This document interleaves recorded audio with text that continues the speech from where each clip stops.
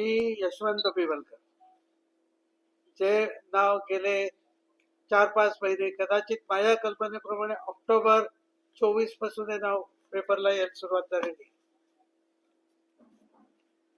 आणि दरवेळेला काहीतरी नवीन नवीन नवीन खोट्या गोष्टी माझ्या विरुद्ध लिहिल्या जातात.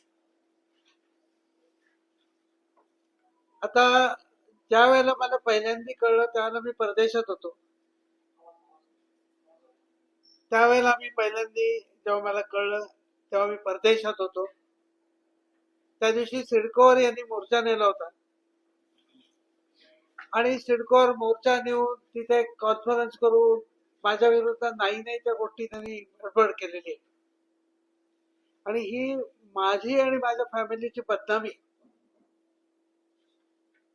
आमच्या फॅमिलीला 1816 मध्ये रघोजी आंग्रे म्हणजे कान्होजी आंग्रेंचे वंशज आणि त्यावेळेचं कुलाबा संस्थानचे राजे यांच्याकडून ब्रिटिश सरकार बरोबर काही जरूर त्यांना ज्या गोष्टी होत्या त्या करून घेण्यासाठी माझे ग्रेट ग्रेट ग्रँडफादर यांनी अतिशय उत्कृष्ट कामगिरी करून त्यांचं संस्थान वाचवलं.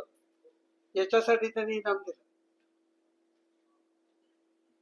त्यांचे वडील म्हणजे ग्रेट ग्रेट ग्रेट ग्रँडफादर तेही त्या संस्थांचे दिवाण होते. माझे ग्रेट ग्रेट ग्रँडफादर तेही दिवाण होते आणि आम्ही अव्याहत आंग्र्यांची म्हणजे हे तर दोन मोठ्या पोस्टवर होते. त्याच्या आधीपासूनही आमची कान्होजी आंग्र्यांच्या पासून आमची फॅमिली ही आंग्रे सरकारांच्याकडे काम करते. आम्हाला त्यांच्याबद्दल अत्यंत नितांत आदर आहे. दुःख होतं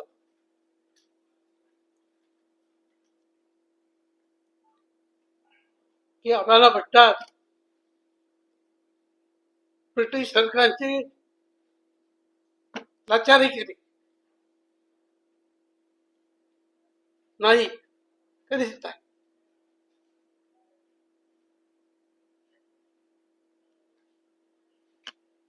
उलट पुढे माझे आजोबा हे माझी पणजी वारल्यानंतर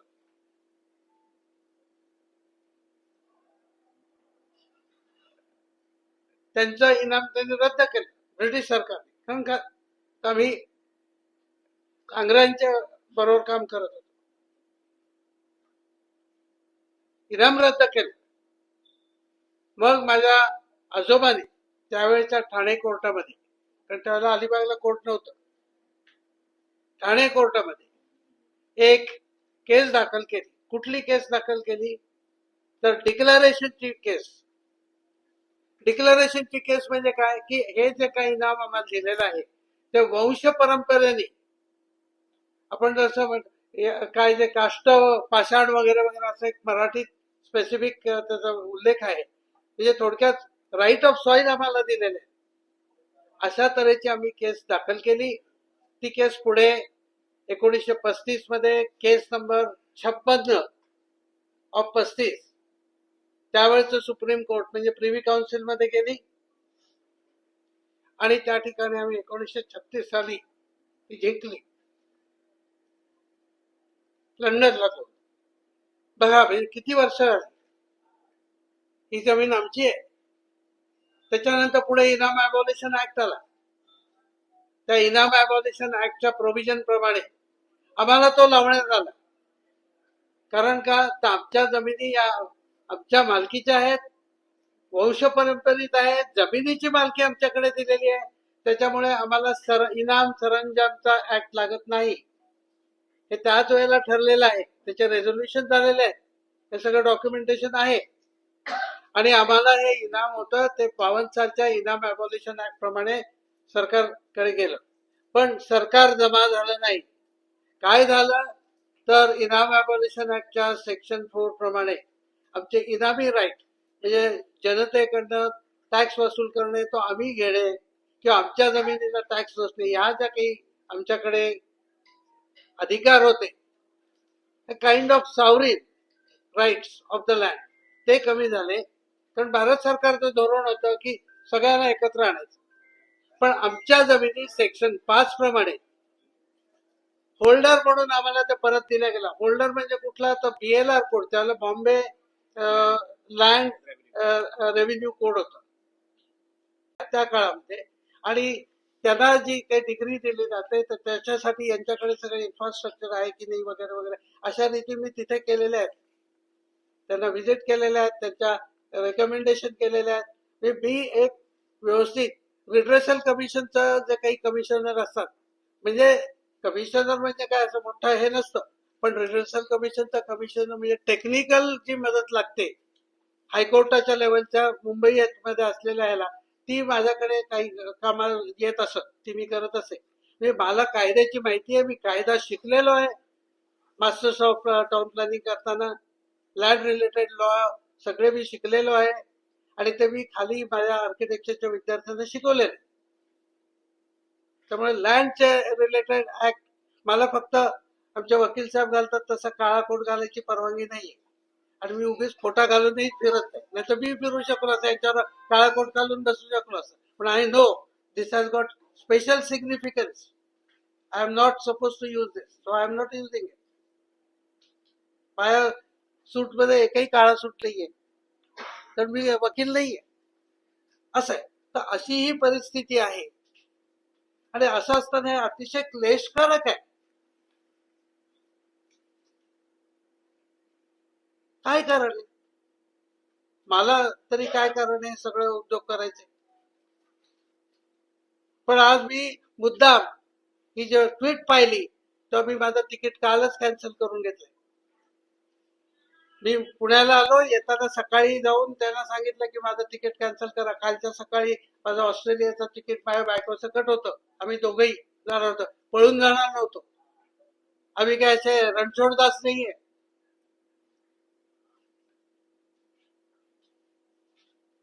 तर आम्ही फौजेत असायचो, सिलेक्ट झालेला माणूस आहे 66. तर त्याच्यातलं जे डेफिनेशन आहे होल्डर, मालक, ते आम्ही तसे मालक झालेलो. आम्ही काही चोऱ्या करून जमीन घेतलेली नाही, आमच्या हक्काची जमीन आहे. आणि हे कोणी उठावं आणि काही बोलावं हे गैर आहे.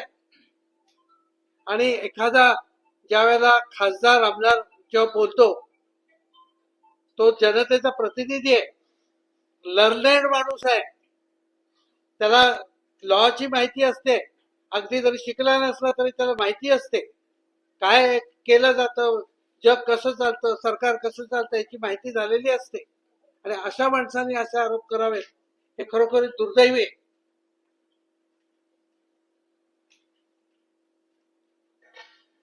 रोहित पवारांना मी ओळखत नाही, शरद पवारांची माझी ओळख आहे. शरद पवारांच्या बरोबर मी बसलेलो पण आहे, कारण जयंतराव टिळक जे होते ते आमचे फॅमिली फ्रेंड होते, त्यांच्याबरोबर मी केव्हा केव्हा त्यांच्याकडे जातही असे. परंतु त्यांनी कधी असं केलं नाही. रोहित पवार का बोलतोय मला हे समजत नाही. त्यांनी आजोबांना तरी विचारायला पाहिजे होतं की हे बेवलकर कोण आहेत, तुम्हाला माहिती आहेत का? आमची फॅमिली काही अशी लुंगी चुंगी नाहीये. पूर्वीच्या काळी कलेक्टर रायगडचा, ब्रिटिश कलेक्टर त्याला कुलाबा होता, त्याला जर अपॉइंटमेंट द्यावी असेल तर आमची अपॉइंटमेंट घेऊन माझ्या पणजीला भेटायला यायला लागायचं. अशी ती प्रोटोकॉल होती त्यावेळेची. गव्हर्नरची पार्टी व्हायची त्याला आम्हाला बोलवलं जायचं, कारण त्यावेळेचा ब्रिटिशांनी प्रोटोकॉल ठेवलेला होता. आज सुद्धा माझी आई जेव्हा कलेक्टर ऑफिस मध्ये जायची तर आधाराने सगळे उभे राहायचे. ते कोणीतरी चिल्लर सारखं बोला,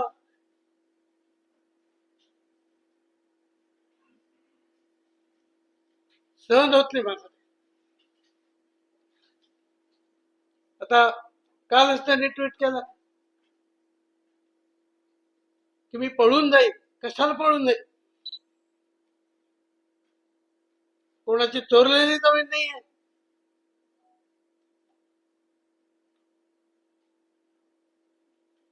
गेल्या 7 पिढ्या माझ्याकडे जाऊन नाही. कशाला बोलतात?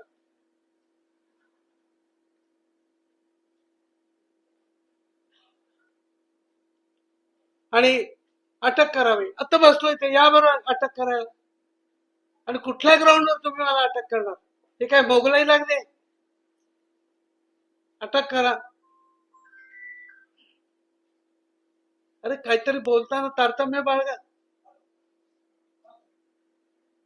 एक कोणीतरी पत्रकार आहे लुंगासुगा, सॉरी टू से असं, तर त्यांनी कुठलं तरी तो न्यूज युट्यूबवर काहीतरी चालवतो, त्याने एक माझा फोटो छापलाय, कुठून मिळवला माहित नाही, आणि त्याच्यावर फ्रॉडचा शिक्का मारलाय. It is very criminal, dishonest लोक आहेत. तुम्ही जर हा उदानी आणि ही सगळी जी मंडळी आहेत हे असं, तर त्यांनी नोटीस दिलेली आहे, ती तुम्ही आता दाखवली गेली तुम्हाला 20 मे वगैरे या तारखेला काहीतरी. त्याच्यात काय लिहिलंय त्यांनी? या जमिनी कोणीतरी पवार म्हणून बाई आहेत त्यांच्या नातेवाईक. आता त्या पवारांच्या नातेवाईक आहेत का मला माहित नाही, रोहित पवारांचे, आय डोंट नो. परंतु त्या पवारांची कुठेतरी आंग्र्यांची आहे. एकदा आंग्रे सरकारांनी दिल्यानंतर त्याला सगळे फुल राईट होते. त्यांनी एकदा मला इनाम दिल्यानंतर त्यांच्या नातेवाईकांचा तर जमिनीशी संबंध राहते, हे त्या फॅमिलीचा आणि इव्हन त्यांच्या डिसेंडंटचा आदर ठेवून मी सांगतोय. दुसरी गोष्ट अशी आहे की आंग्र्यांचे जे खरे वारस आहेत, जे अलिबाग मध्ये बसलेले आहेत, ज्यांच्याकडे आम्ही जाऊन येतो, आम्ही त्यांना नमस्कार करतो, ते काही बोलत नाही. ते का नाही बोलत? कारण त्याला माहिती आहे किंवा हे जे कोण आहेत पवार कोण जे आहेत ते, आणखी कोणी ते कुसुम जाधव पण त्यांच्या जोडीला होत्या, मला माहित नाही, त्या वारल्या असं कळतं मला. तर ही जी लोक आहेत, यांचे जे पूर्वीचे हे होते हे आत्ताच्या वयात आहेत, आत्ताच्या दिवसात आहेत. याच्या आधी गेली 200 वर्षात कोणी नव्हते हे लोक. त्यांच्या आधी केले असते ना केसेस वगैरे माझ्यावर. कोणी केसेस केला नाही, कारण त्याला माहिती आहे की आमची जमीन नाहीये, ही बिवलकरांची जमीन आहे, त्यांना इनाम दिलेली जमीन आहे, आणि त्या इनाम काढून घेण्याचा कुठलाही हक्क या त्यांच्या पुढच्या वंशजांना राहिलेला नाहीये, नसतो. ती करतो म्हणजे अर्ज विनंती नाहीये, ही गंभीर विनंती आहे. नाहीतर मला नाईलाजाने काही गोष्टी कराव्या लागतील. माझी इच्छा नाही. मला पवार साहेबांबद्दल भरपूर आदर आहे. एवढं सांगून मी इथे माझं इंट्रोडक्शन किंवा मला जे काय म्हणायचं होतं ते मी थांबवतो. आता वकील साहेब लैंड है सोनखार, उल्वे, तारघर, दापोली और कोपल. और अभी मैं आपको बताना चाहता हूं कि ये लैंड क्या है. बहुत से लोगों को लगता है कि ये पूरा लैंड इधर है उधर है. मैं आपको बताता हूं. सबसे पहले 3 पार्सल है लैंड के, 52,000 एकड़, 8,000 एकड़, और साथ में एक है उल्वी के अंदर survey metre, 52,000 metre, 8,000 metre, and finally survey number 51. सबसे पहले मैं सर्वे नंबर 51 का खुला सेटल कर देता हूं. सर्वे नंबर 51 में ध्यान से समझिए, बॉम्बे हाईकोर्ट ने बोला है कि फैमिली बराबर है, इनको ये मुआवजा या कॉम्पनसेशन देना चाहिए. बराबर, compensation is due to the family, it accrues to the family, they are the rightful owners. और इसके पहले तो बोला ही था प्रीवी काउंसिल ने 1937 में, थाने कोर्ट से 36 में थाने कोर्ट ने भी बोला था, फिर प्रीवी काउंसिल ने भी बोला, वो भी अपने पास रिकॉर्ड्स है. बॉम्बे हाईकोर्ट ने 2014 में बोला क्या इनका है, इनको देना चाहिए. स्टेट गया अपील में सुप्रीम कोर्ट, बराबर है. इनका बोलना है कि वो लैंड फॉरेस्ट है, बराबर है. अगर वो लैंड फॉरेस्ट है तो वहां पर एयरपोर्ट क्यों आ रहा है, कैसा आ रहा है. और जब याचिका चल रही थी सुप्रीम कोर्ट के अंदर, जो भी चल रहा था एसएलपी, तो उस टाइम पे जजेस का ऑब्जर्वेशन ये था कि देखिए वहां पर construction for the airport has started, है ना. तो ये पब्लिक इंटरेस्ट आ गया है, तो इसको हम लोग डिस्टर्ब नहीं करेंगे. तो आपका कॉम्पनसेशन, तो लैंड के ओनर हो, आपका कॉम्पनसेशन आपको मिलना ही है. पर अभी हम एयरपोर्ट के लिए रोक नहीं सकते, इसीलिए स्टे मिला है. Please understand, this was the reason why stay was granted. ये खत्म हो गया. इसके अंदर कोई प्रश्न है, ये दैट्स इट. अभी आया 52,000 स्क्वायर, और रोहित पवार इनके साथ आके ये सब करता है, और पीछे से ऑफर आता है कि भाई आप जाके पूना के बड़े बिल्डर को दे दो. आपके माध्यम से मैं एक चीज बताना चाहता हूं, और ये मैं एकदम क्लियर हूं. असले धंद चालणार नाही. आमचं काम एकदम तथ्य आहे. आम्ही कोणाचा खंडणीमध्ये येणार नाही, ब्लॅकमेल मध्ये येणार नाही, कोणाला असे पैसे वाटणार नाही. कुठल्याही काळी कधीही. He is 77, he still wants to fight. Whether it's Rohit Pawar, Sharad Pawar or any Pawar, where is Urmesh Udani or anybody, sir will fight. He is an honest man. Please understand. Opposite him is Urmesh Udani. 12 FIR. काही नाही होत. के कुमार काही नाही होत. आणि आता मी तुम्हाला खुलासा केलाय मनोज जालनावालाचा. हे जे सगळे साहेब बोलतायत आज माझ्या माध्यमातून, यात एकही फॉल्स इन्फॉर्मेशन नाही. माझी नोटीस जात आहे, लवकरच लवकर या आठवड्यात जाणार आहेत फॉर 1000 crore डेफिमेशन ऍटलिस्ट. आणि after how many years? 200 years. Bharati Pawar is saying she is the heir of Sarko Langare. कसं म्हणा? मे मध्ये तुम्ही लिहिताय हे notice. There is no relevance. आणि आता मी तुम्हाला दाखवलंय 12 FIR. 12 FIR दाखवलंय ना. काय बोलताय बघा ना संध्याकाळी रोहित पवार याच्या व्यतिरिक्त काय बोलताय. आणि त्याला बोलू द्या. उर्मेश उडानी बरोबर पवार साहेब लँड सर्वेला का गेले होते तिथे? अरे के कुमारचा लेटर जातो वन खात्यामध्ये आणि 24 तासात त्याचा सर्वे होतो. वन खात्याचं इन्चार्ज कोण आहे? Ganesh Naik. Rahul Patil officer of the forest department goes and does सर्वे.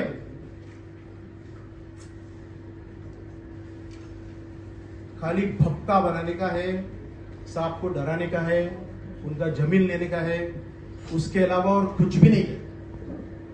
मैं बोलता हूं, मेरे को बताओ ना 50,000 करोड़ स्कैम कहां से? It has to be seen ना. वो 50,000 करोड़ दिखना चाहिए ना, किसको गया क्या गया. उसको मालूम नहीं जगह किधर है. रोहित पवार को मालूम नहीं है जागा कुठे आहे.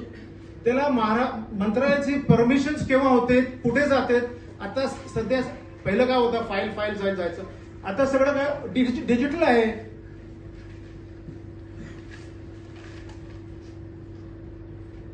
त्यांनी तो प्रोसेस चॅलेंज करतोय. हे प्रोसेस चॅलेंज करतोय महाराष्ट्र स्टेटचा. तो नाही उडबडीत उत्तर देतोय, बाहेर येऊन याचा हे सर हंगामा करतोय का.